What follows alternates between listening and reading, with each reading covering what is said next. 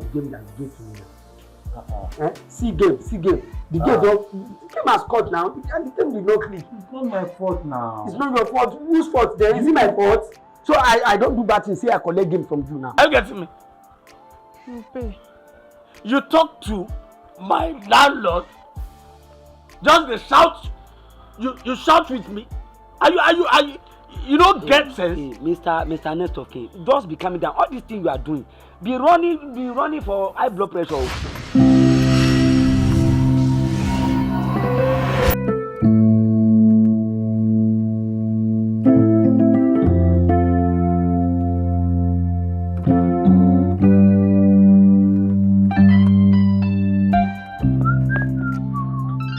Baba Tola. My wife. Baba Tola. How are you doing? I want to see you. Oh, there's no problem. No problem. Okay, I'm all yours. How are we going to pay our house rent? Is that what you want to tell me? Yes, of course. And you are serious as if something important happened? Mama Tola, it's a good question you ask. I'm sorry, don't mind me that I'm laughing. Because I have a plan of how to pay my rent and how to make life more better for you and my daughter. Thank God. You see, let me just brief you out of my plan, out of my numerous plan that I have for you. Let me brief you. Just a little out of it. I have some money with me. That's 200 naira. Don't look at it as if I said 200 naira. A small drop of water can make an ocean. That's what I want to do. I want to use that money to invest it so that I can reap later. You see that money that is with me? I will use it to stake a bet. And after that bet, no more. Between me and you, if I use it to stake that bet, that number that I have in plan to stake, I believe that nothing more than 500. Let me just say no 500k. Am I saying the right thing? 800 to 1 million will drop. And after that money drop, I will use 200,000 to stake another one to permit. And after that permutation, you will be seeing a millionaire in your presence. That is, I will be worth more than 2 to 4 million naira. And you just think of it. Is this television? Is this fan? The fan that we have that is not working. See the chair you are sitting on. We use clothes to patch everything. Do you see the way you are dressing? You are dressing like Alubosa. You are putting clothes upon clothes. So I will change everything. I will pay TOLA'S school fees. I will even pack out of this house because the way I'm seeing it, that stupid man that we are calling a next of kin, that you people are calling landlord. Our style is not rhyming. We don't have this. Our style is antagonizing each other. I will pack out of this house. I will go to Banana Island and you know a there. I will go a partnership with them. I will not only buy land from them. I will partnership with them. I will be their number one partner. So be rest assured, things will fall into places. So the only thing I need from you is that if I can get a little money, even if you want for that my dream, for that my vision to be actualized, if you can give me like 500 naira, and the only thing is prayer. Oh, whatever you like, go and do. It's not my business. Me, I'm going to the market. Mama Tola. So that's what you are going to say. That's what you are going to say, Abi. Okay, I know already. No problem. The only thing I know that I will do that will make you angry, that you will not be pleased with, is for me to marry another wife. Let that my money come. If I will not marry another wife, let that my money come. So I am telling you my plan now. How I'm going to make my money and the way I'm going to spend it. So you are angry about it. It's as if you don't have more mind with me. This house you are moving out. That's the question. I'm going there. Banana Island. And I will marry another wife. That's just it. I will marry another wife.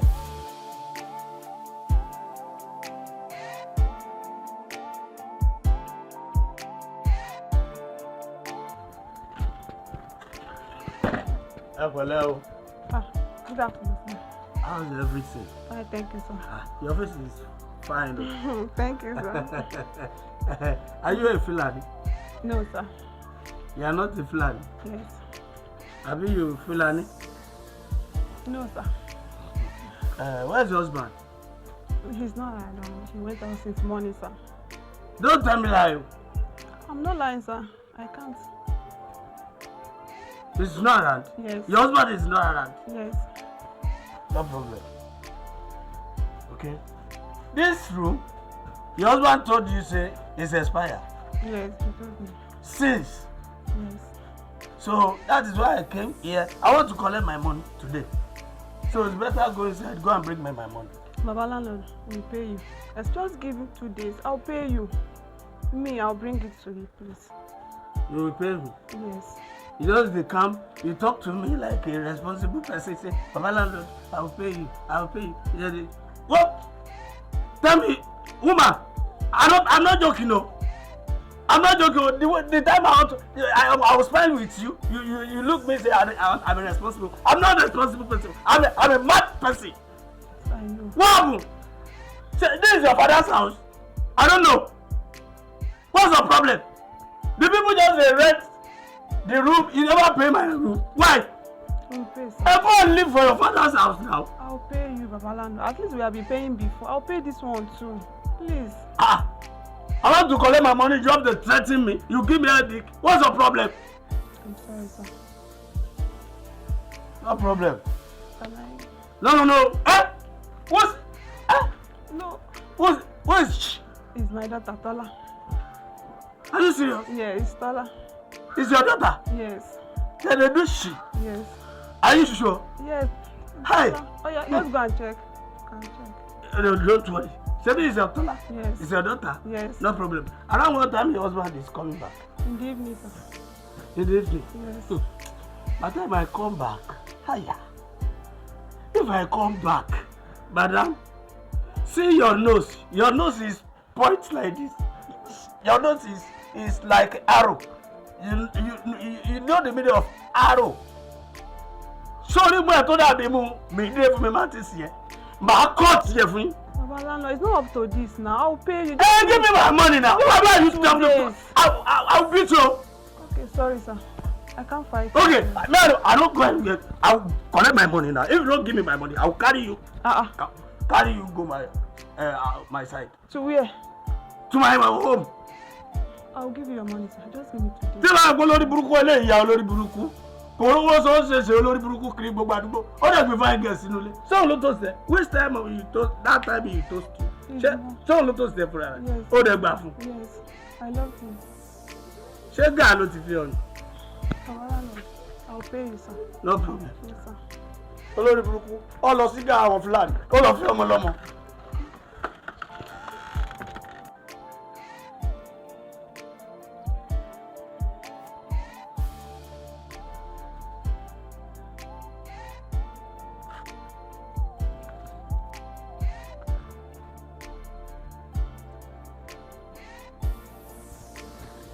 mo bú yẹ o ti ṣe kíkọ o ní gbádùn ẹ ti burú yàwó ẹ ti burú náà mo burú mọ ẹ ti burú o ní sórí rẹ ṣé bí yàwó ẹ lọ sílé your wife told me say if I no dey around I no live here o lè ní ayé ò ní. wait now boss my money ẹ ti burú mọ ẹ ti burú mọ ẹ mo burú mọ mọ burú mọ ẹ ti burú mọ ẹ ti burú mọ ẹ ti burú mọ ẹ lè padà.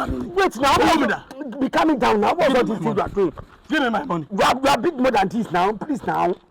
Give me my money now. All this going that I'm going out is for me to pay to be able to pay you now. Why are you doing like this? Kò tún rìnrìn orí burúkú lọ, kò tún máa rìnrìn òṣìkiri, kò tún dé, kò tún máa ṣó tí àrùkú ó jáde. Ṣó rò pé ó rò pé já ayé rẹ̀ tà sá. Ẹ ti dẹ̀gbẹ́ gbígbé lè lọ sí ẹ̀bù sí ọ white here in your beard. Kí ló kọ́ ẹ̀ mẹ́? Kí ló kọ́ ẹ̀? What is it yourself? Okay. This is yourself. Okay. Maybe all this outside you are even fighting for. You rented it to me. Since ever you are, since the day we rented this house, we go down Kuno, maybe you kill the original. Why not go to your father's house? No, back your load. Wait. Let me tell you something. Maybe we could know we heard it from history that we rented this house. Okay. Okay. And ever since you rented this house, no single renovation. You have not cemented this house. You did not finish building it. Okay. It's block that is there. Ever since you rented it, you did not buy a single cement for you to finish building. Passage, you did not cement. Leave this place. Thank you. Leave this house. Please, leave this house. Leave the better problem. It's better go to your father's house. Go to my father's house. I get better. No, you want me. No, you want me. Leave my clothes. I get better. Okay.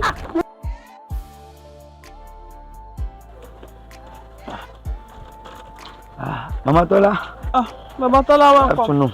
Welcome. Akule. Welcome. Bawoni. What are you doing there? Just trying to arrange this place. Any solution? Oh. Solution. Mama Tola, I'm tired. Like seriously, don't you see me? I'm tired. Today, I've walked the hook and cranny of this community. No single help is coming from anybody.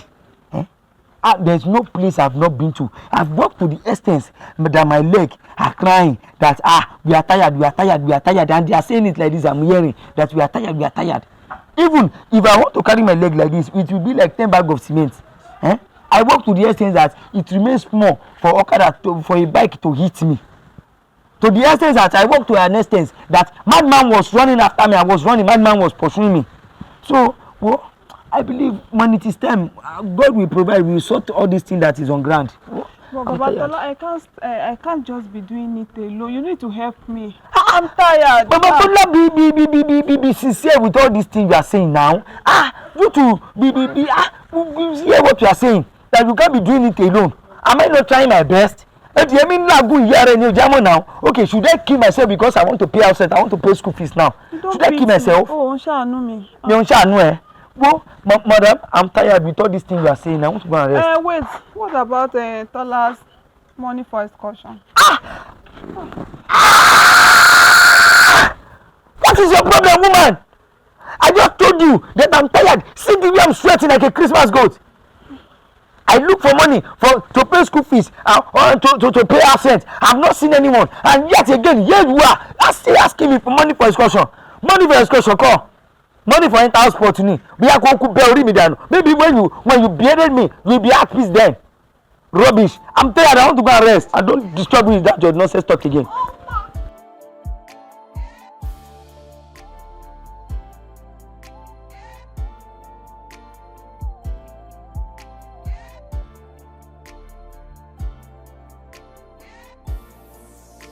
Lọ́dún tí mo wà yìí o, bàbá má jẹ́ mo sí o. Afternoon. Yeah. I want to see you, sir. See me. Thank you, sir. Is that my friend?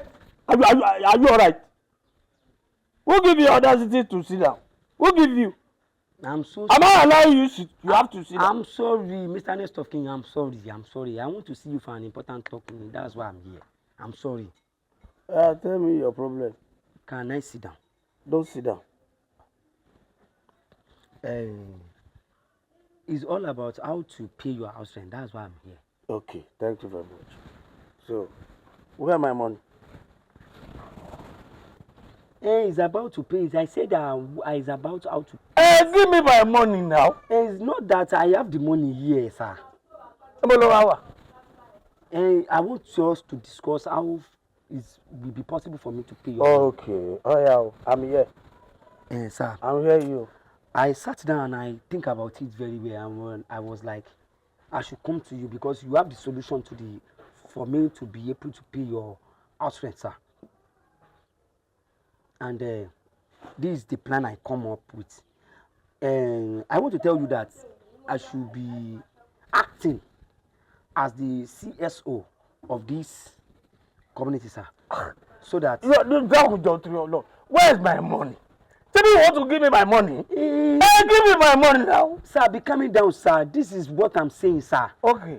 What I'm saying in a nutshell is that I will be acting as the security of this community. So out of that salary they will be paying me, you will be able to be removing your own house rent, sir. So for to say the truth, I'm the one that is opening and closing the gate of this compound and the community. Hello, Hunter. Your daddy do Hunter before? No, sir. Don't get me wrong, sir. I'm saying I'm not talking about hunting. The CSO, chief security, sir. Ta ló fi ọ́ jẹ security? Who told you? Who endorsed you? This is our community. If I want to do anything for our community, all the landlords, then they gather the meeting, then they obey, debate, and decide the meeting to I need security for this community. So who endorse you? Who agree? But sir, don't get me wrong here. Okay. All I'm saying is that for me to be able to pay your money, you know, if I'm doing all this now, like, let me just say the truth, I'm the one taking care of this house, you know, this how big, how unkept your house is. I'm the one locking and closing the gate. But if I can do that officially, I will be able to pay your money. There will not be between me and you, sir.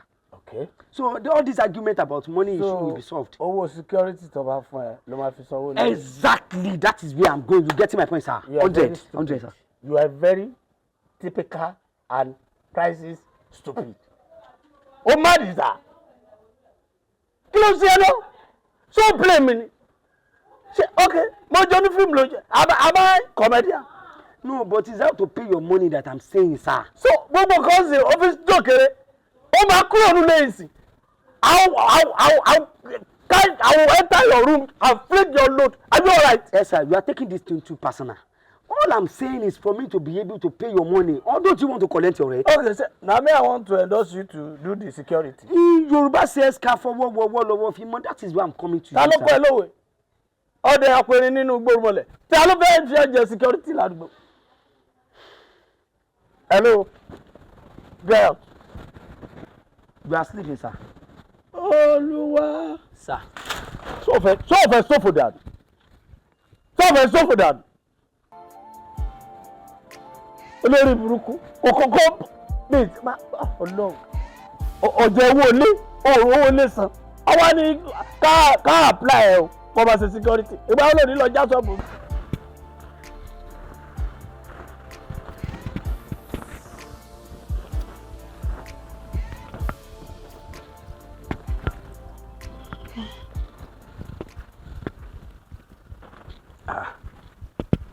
Mama Tola, what's this? What's going on here? What do you think I'm doing? It seems you are packing clothes. What are you doing something else? Yes, I'm going to sell them.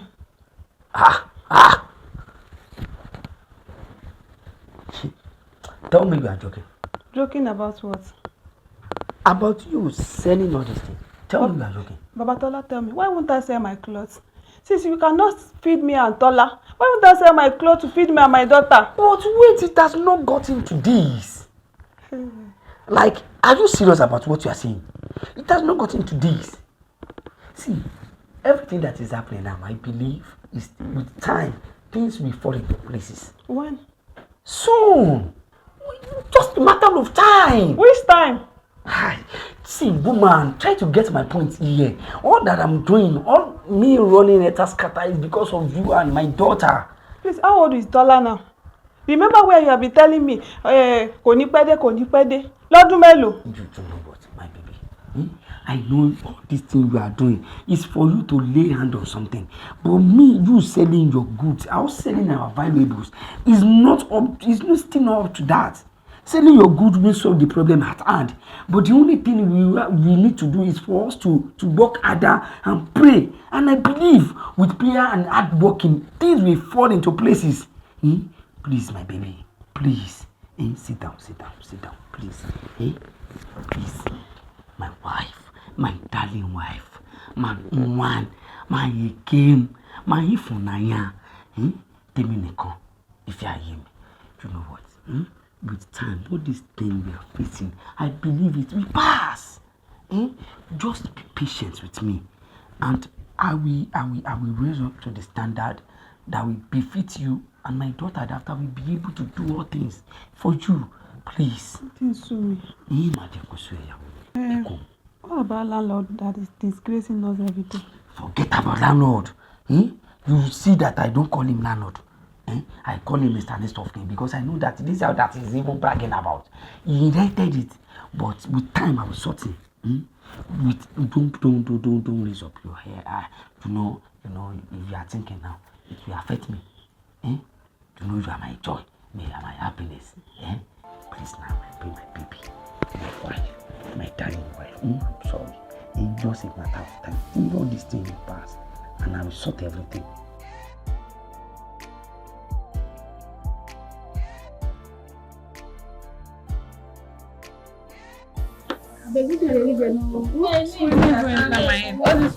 All this cool life. Don't you even see her? That's nice. Look at her. I learned that after we have the husband died. Serious? You know. And so I thought I can even afford that. Oh my god. Even our school uniform, she just got one. She has been wearing it for her life. Very broke people. And she still that. She had that friend. So sorry about that, dear. At least let that work so you can have one to take care of, you know, like hers. Oh my god, it's not like hers. You make me emotional. I'm just beating her. She's pain.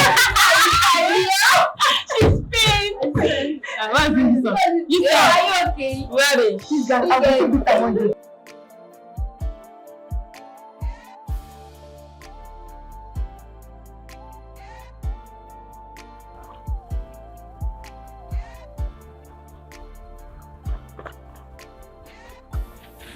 Mommy, how come? Who gave you this place money? Did my father give you money? Your father? Give me money. Exactly, Tabandro de Italamasu. You don't make away. So where did you not get it from?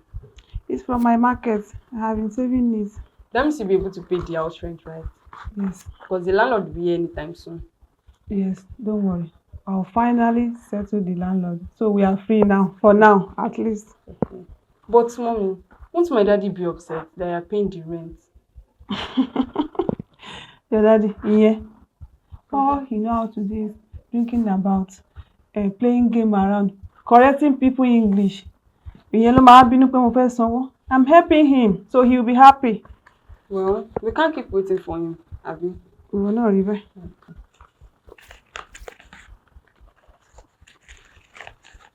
Sure. I'm just coming. What happened?